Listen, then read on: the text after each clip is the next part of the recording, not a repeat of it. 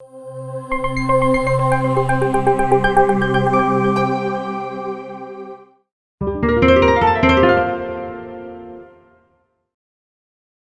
hoje estamos aqui com Mariana Valente, que é fundadora e diretora do Internet Lab. Já estivemos com ela num programa passado, aqui num vídeo passado.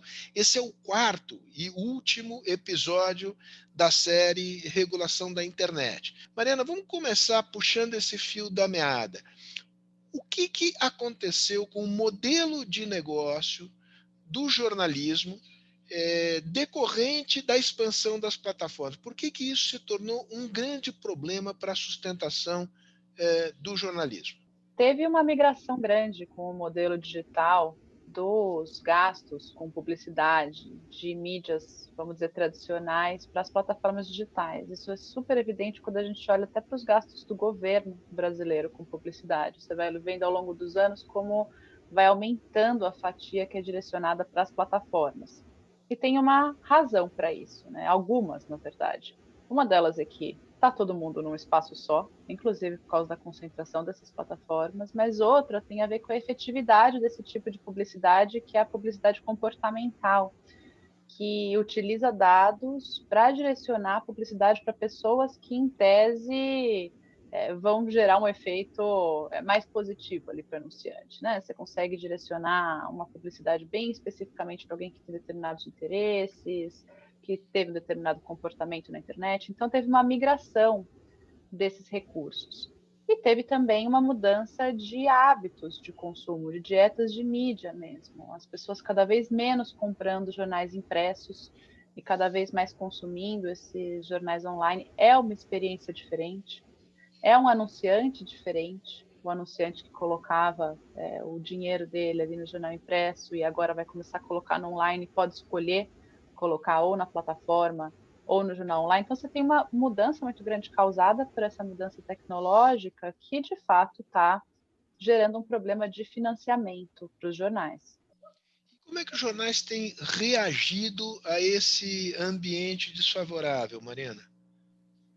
Olha, isso está uma guerra no mundo inteiro. É um momento bem interessante para a gente ter essa conversa, porque nos últimos anos foram propostas algumas regulações diferentes em lugares diferentes do mundo, por causa de uma pressão que os veículos de mídia têm colocado sobre os legisladores, afirmando que eles estão sofrendo uma competição injusta com as plataformas, né? Afirmando que as plataformas estão ganhando dinheiro com publicações que elas não ajudam a criar. É esse o argumento, né? O argumento de um enriquecimento injusto das plataformas com base nessas matérias, porque as pessoas não estariam clicando nas matérias para ler, estariam lendo pequenos trechos, só lendo as manchetes, nas próprias plataformas de mídias sociais ou em serviços de agregadores. Então, elas começaram a demandar regulação, e a gente teve alguns modelos importantes sendo aprovados no mundo nos últimos 2 anos. Os mais importantes são da Europa e o da Austrália. Na Europa, 2 anos atrás, isso foi em abril de 2019, foi aprovada a Diretiva Europeia de Direito de Autor, que criou uma espécie de direito novo para as publicações de mídia, é o que a gente chama de direito conexo, porque não tem a ver com o autor, tem a ver com a pessoa jurídica, né, com a publicação ali. Então, é um direito conexo ao de autor, que é um direito que a publicação tem, né, no caso, se for aprovado, de impedir que essa publicação seja utilizada, a não ser que ela seja remunerada. Tá? Isso mesmo, trechos pequenos daquela publicação. Seria uma coisa que, tradicionalmente, aí, pelo sistema do direito autoral, seria permitido, porque você pode usar pequeno trecho de uma coisa numa coisa nova, né? Todas as leis de direitos autorais prevêem essa possibilidade. Com essa nova lei da Comunidade Europeia, isto mudou no mercado europeu. Isso mudou, foi aprovado em 2019, como é uma diretiva, os países têm que implementar a diretiva, isso está acontecendo, só que a França correu na frente, implementou rapidamente, ou seja, transformou numa lei nacional, e aí já aconteceram alguns conflitos. A lei nacional obrigava essas plataformas a pagarem por qualquer uso de matérias jornalísticas. O Google decidiu, então, que não ia mais usar os trechos de matéria como usava para mostrar, por exemplo, nos resultados de busca, ia mostrar só os links das matérias, porque isso continua sendo permitido. Teve uma polêmica grande ali, se a diretiva ia obrigar a cobrar pelos links também ou não, e ficou decidido que não, que linkar é um ato muito fundamental da internet. Então o Google falou, vou colocar só os links. E aí a autoridade de competição francesa falou que o Google estava abusando da sua posição de poder dominante e obrigou o Google a negociar com as agências de imprensa da França. E aí essa negociação avançou e está começando a acontecer um pagamento lá diretamente para as agências. Nos outros países a gente vai ver acontecer ainda porque a diretiva está sendo implementada. Então, na Europa está andando, apesar de todas as críticas que esse modelo ganhou, a gente pode falar disso. E aí o da Austrália é um pouco diferente. Da Austrália é um modelo que foi aprovado em fevereiro de 2021, que vai por outra via, não cria um direito autoral, mas muda as regras de direito concorrencial para garantir que as plataformas e jornais vão negociar em condições justas, no caso para os jornais, né? Se considera que estão numa posição aí subordinada às plataformas. Então, coloca algumas regras para garantir essa negociação, para favorecer o pagamento para as empresas de mídia. Então, são dois modelos diferentes, mas que querem a mesma coisa. Se há esta briga tão grande, é porque tem dinheiro grosso por trás disso. A gente está falando de empresas que se tornaram altamente concentradas, que são as empresas mais valiosas do mundo. Então, é óbvio que também as empresas de mídia olham para essas empresas e falam: pera, estou aqui perdendo dinheiro, produzindo notícia, esses caras estão nadando em dinheiro, não faz nenhum sentido. Eu preciso de uma parcela disso, eles estão usando o meu conteúdo. Essa é a lógica que está vindo por trás disso. E olhando por outro ângulo também, do ângulo das plataformas, digamos, é uma disputa por alguma fatia relativamente significativa do bolo total de receitas. Porque senão, digamos, sim.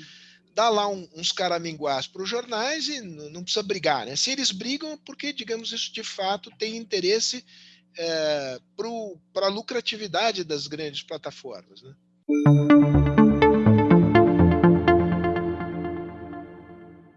Tem interesse pela lucratividade, eu também acho que é uma questão de modelo, Sérgio, porque se os jornais começam a falar, vocês estão usando o nosso conteúdo sem remunerar a gente, isso potencialmente pode ser o caso de qualquer outro setor, né? Virar e falar, olha, vocês estão usando aqui links dos guias que eu produzo para automóveis e não estão me remunerando, né? Claro que é diferente Claro. falar de notícia, eu não estou falando que é a mesma coisa, mas para as plataformas tem uma preocupação de mudar muito fundamentalmente como elas funcionam Certo. hoje. É uma Que quebra de precedente de um pilar do modelo de negócio sobre o qual elas cresceram, né?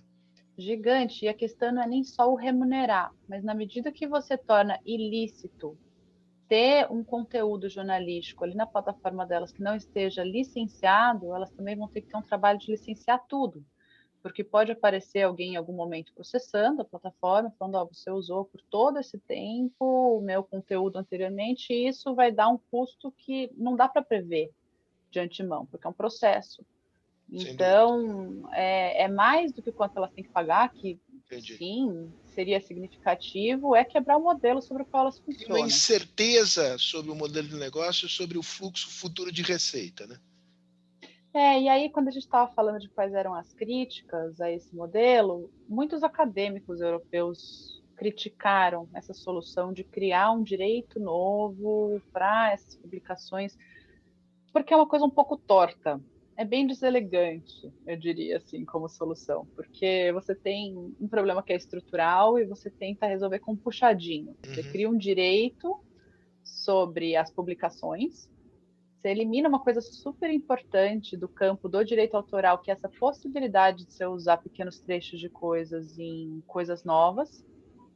E você coloca tudo isso no campo da negociação. E a gente sabe que quando a gente coloca no campo da negociação as coisas, o mais comum é que os big players, os atores maiores, consigam acordos melhores em detrimento dos muitos players menores. Então, quem olha para essa solução reconhecendo que existe um problema, tanto de financiamento do jornalismo, quanto de concentração nesse mercado de plataformas, abuso de poder, etc., e critica essas soluções, fala, ó, a gente tinha que estar indo para outro caminho, isso aqui é um band-aid.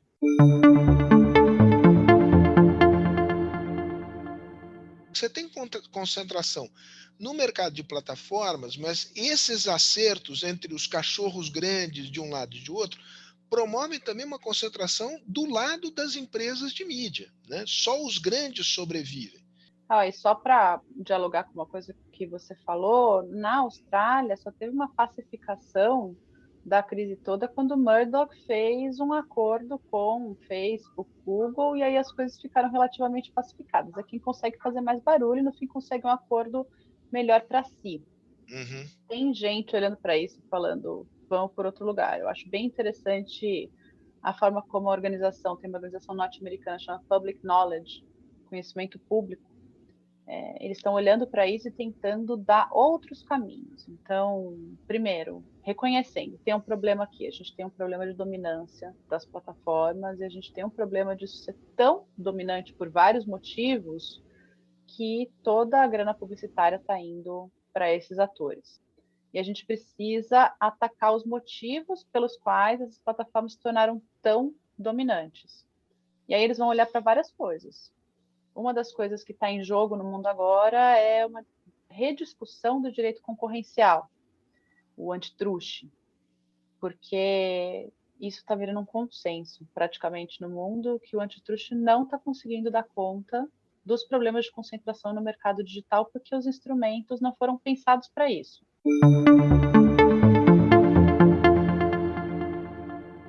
Mas qual é, digamos, a proposta da public knowledge? Digamos, fragmentar as plataformas? Qual é a solução?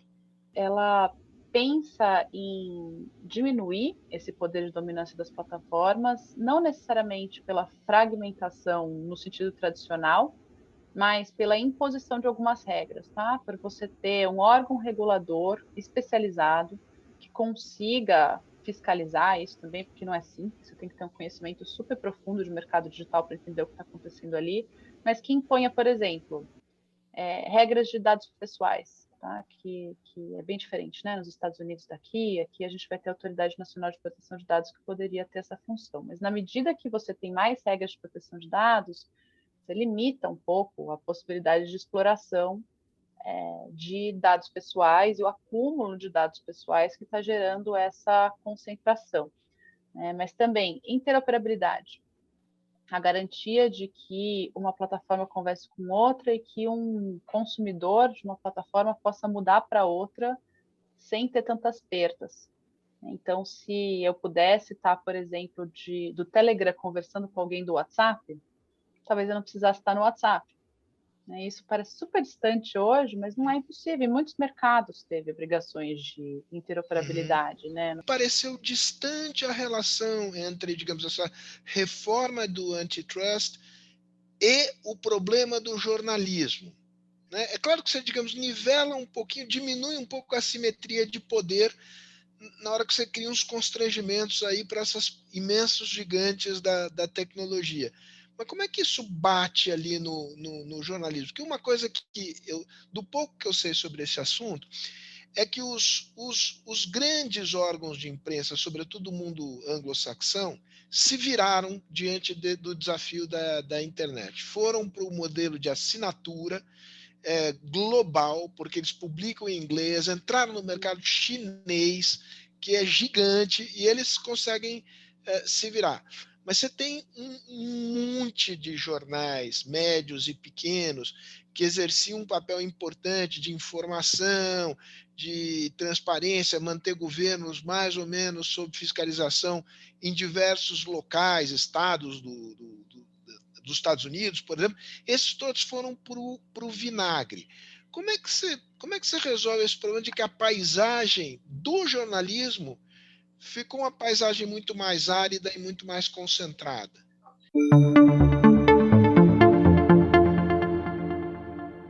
A gente, quando fala de regulação das plataformas e por esse caminho de tentar colocar mais obrigações, né, uma das coisas de que se fala muito é transparência. E uma das coisas que o código australiano fez, e que bastante gente tem achado relativamente interessante, é obrigar os mecanismos de busca, ou que tem feed de mídias sociais, a avisar com 14 dias de antecedência os jornais quando eles vão mudar o algoritmo. Porque vários jornais têm se queixado de que, além de tudo que a gente está falando, é comum que as notícias deles sumam no feed. Então, vamos dizer, quando você impõe uma obrigação para as plataformas desse tipo, isso poderia ser uma coisa mais direta. Interoperabilidade.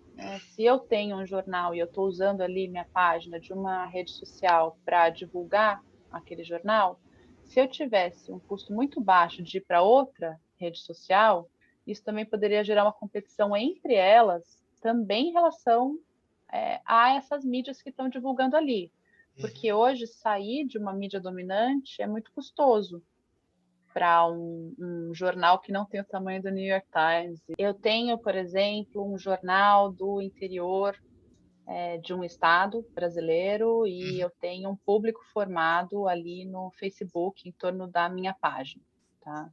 Só que o Facebook mudou de algoritmo e o Facebook começou a não mostrar as minhas notícias quando eu publico elas. Eu estou percebendo isso. Eu percebo uma queda muito grande na visibilidade das notícias que eu posto, tá? Na medida que isso acontece, eu sinto que eu não posso sair do Facebook, porque ali eu tenho 80 mil seguidores, 100 mil seguidores, e se eu for para uma outra rede social menor, em que eu não tenho aqueles seguidores todos, o que eu vou ficar fazendo lá, falando com ninguém? Agora, imagina se daquela rede eu pudesse publicar também no Facebook. E aí eu consigo ir construindo lá o meu novo grupo de seguidores, mas isso também está indo para outra rede. Então, eu estou promovendo uma interoperabilidade Você fica com entre um pé essas em duas cada canoa. coisas. Você fica com o pé em cada canoa, você não fica tão dependente. Se Imagino. funciona ou não, eu não sei, porque a gente não tem. Não, a gente está aqui tateando um terreno novo. É, Ninguém aqui tem a chave do mistério. Eu fiquei imaginando o negócio do o quanto que o Facebook cobra para fazer impulsionamento, né? Que tem um pouco essa questão que é análoga à tarifa bancária. Né? Um banco começa a te cobrar tarifas que você vê que são abusivas, dá um pouco de dor de cabeça e tal, não é muito, mas você pode procurar outro. No Brasil são exato. poucos os bancos também, talvez não seja o melhor lugar para fazer analogia. Mas, digamos, essa não tem concorrência. Você, no Facebook você vai pagar o impulsionamento que eles quiserem que você pague. O máximo que você vai fazer, bom, eu vou gastar menos porque o meu orçamento não dá e o meu alcance vai diminuir muito. Quer dizer, você está na mão da grande plataforma, né? É isso, é uma relação de muita dependência. É por isso que os jornais estão todos falando de abuso de poder, de dependência, porque eles sentem que eles não podem sair da plataforma. Mas tem uma ironia aí também, Sérgio, porque o argumento vem no sentido de, olha, o nosso conteúdo é muito importante para essas plataformas, elas não podem viver sem a gente, elas estão explorando, elas existem por causa desse conteúdo que a gente cria e que elas exploram gratuitamente. E as plataformas estão um pouco falando, não é bem assim, na verdade. Né? Tanto que o que elas tentaram fazer para dar checkmate nos lugares em que elas não gostaram da regulação foi: eu não vou mais veicular notícia, porque eu não preciso.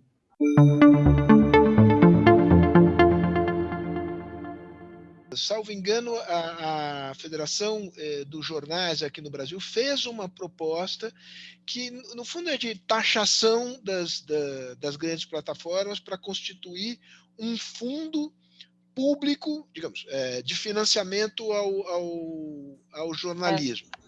O Google fez uma coisa desse tipo por conta própria nos Estados Unidos, não fez? Um pouco para, digamos, diminuir o estrago que o Google havia feito na imprensa local americana. Conta um pouquinho dessa história, Mariana. Isso que o Google fez nos Estados Unidos está fazendo no Brasil também, que é selecionar alguns veículos e começar a fazer programas de remuneração específica para eles. É uma forma de tentar atingir com autorregulação uma coisa que eles estão vendo que pode vir como regulação. E aí eles vão ter muito menos controle, se vier como regulação, né? Então é uma tática clássica. E Deixa eu me aqui por conta antecipar para própria. que eu fazer o processo sob meu controle, né? É isso. E essa proposta que você mencionou da FENAGE, ela é bem específica para o Brasil, mas ela está brotando em vários lugares do mundo. Então, tem um professor da UCLA, por exemplo, que tem escrito sobre isso, chama Neil Netanel, tem falado bastante sobre uma proposta de tributação das mídias sociais para criar um fundo para o jornalismo, e é mais ou menos isso que a FENAGE está falando aqui também, em associação com vários veículos do mundo, que estão tentando pensar nessas soluções para as plataformas. O que a FENAGE está propondo no caso do Brasil? O que a gente consegue comparar? É uma coisa parecida com o Fundo Setorial do Audiovisual. O que aconteceu ali, né? Você começou a cobrar condecine de vários atores da cadeia do audiovisual, então das TVs a cabo, por exemplo, de vários atores desse mercado, e com esse recurso se fez um fundo, regras para gastos desse fundo, e esse fundo começou a investir no cinema brasileiro independente. Uhum. A proposta da FENAD é fazer uma coisa parecida para o jornalismo, você ter a cobrança também de uma contribuição de intervenção no domínio econômico, uma CID. Por que uma CID? Porque isso vai para um fundo específico, com destinação específica, é o caso da Fundecine, por exemplo, e seria gasto com jornalismo, preferencialmente com jornalismo investigativo, local, levando em consideração que os jornais maiores têm mais facilidade de estabelecer esses acordos, entrar nessas iniciativas de pagamento dessas mídias. Agora, uma questão bem importante que surge sobre essas propostas, surgiu já quando o Neil Netanel estava apresentando a proposta dele, tem surgido quando a proposta final já é discutida, é quem vai definir para onde vai esse fundo, né? Para onde vão esses recursos. A gente sabe que a gente está falando de governo, que os governos não gostam de críticas, seja qual governo É. for. Né? Digamos, aí isso vale uma conversa só para isso. A decisão pode ser uma decisão em que há representação do governo, mas há representação de outros setores, em que há transparência, há critérios, há debate. Agora, o pressuposto é o pressuposto de que é do interesse público ter um cenário de jornalístico que seja mais plural. Não sobrevivem apenas os grandes, há espaço para pequenos e médios, e o jornalismo se espalha pelo território, né? De tal maneira que haja. Nós estamos percebendo isso no Brasil, é nítido que a imprensa regional definha, né? Mesmo em alguns lugares, uma imprensa regional que tinha conseguido se estabelecer com relativa independência em relação aos poderes políticos e econômicos locais, e, portanto, a perda desses jornais é um dano para a democracia, né? Quer dizer, no fundo, essa discussão toda aqui nos remete à importância do jornalismo como um instrumento, uma prática que mantém os poderes sob vigilância, né? E isso implica um jornalismo profissional que tem recursos e capacidade para fazer jornalismo investigativo. Estava, antes de você entrar, vendo um dado do Atlas da Notícia, foram informações de até novembro de 2019, falando que mais de 60% das cidades brasileiras não têm um veículo de imprensa local, né, o que chamam de Mais de exegese de notícias. 60%. É É incrível. muito alto. É incrível. Mas eu acho que você tem toda a razão sobre, se for para pensar nesse modelo, qual é a governança, então, né? Como é que a gente chega num modelo que distribuiria de uma forma justa, razoável, Sim. não parcial, né? É claro que essa solução tem 1000 problemas, mas, digamos, deixar apenas ao mercado decidir, o que vai acontecer é uma brutal concentração no mercado de mídia, com uma enorme assimetria em relação às plataformas, né? E o dano ao pluralismo, à democracia, à capacidade de fiscalizar poderes é evidente.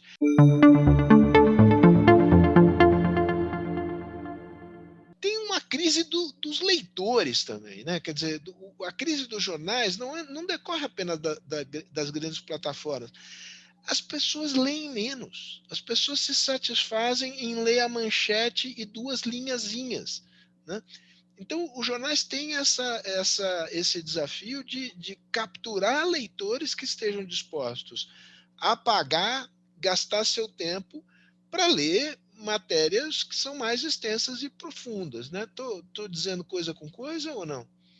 Eu concordo plenamente e digo mais, tem uma crise sobre a legitimidade da imprensa também acontecendo nesse momento que a gente não pode ignorar. Além das pessoas não quererem ler, ter uma mudança bastante de perfil, de essa questão da economia da atenção mesmo, né? O quanto a gente passa de tempo nos aplicativos e não fazendo atividades que a gente podia fazer anteriormente e tal. Tem uma desconfiança muito grande sobre a imprensa tradicional, que também está cumprindo um papel aí. Eu acho bem importante você falar isso, Sérgio, porque em todos esses papos de tecnologia, a gente tende, inclusive eu aqui fazendo esse debate, a colocar a tecnologia no centro, né? E falar, ó, a tecnologia mudou tudo isso. E é evidente que nesse caso tem um papel muito central.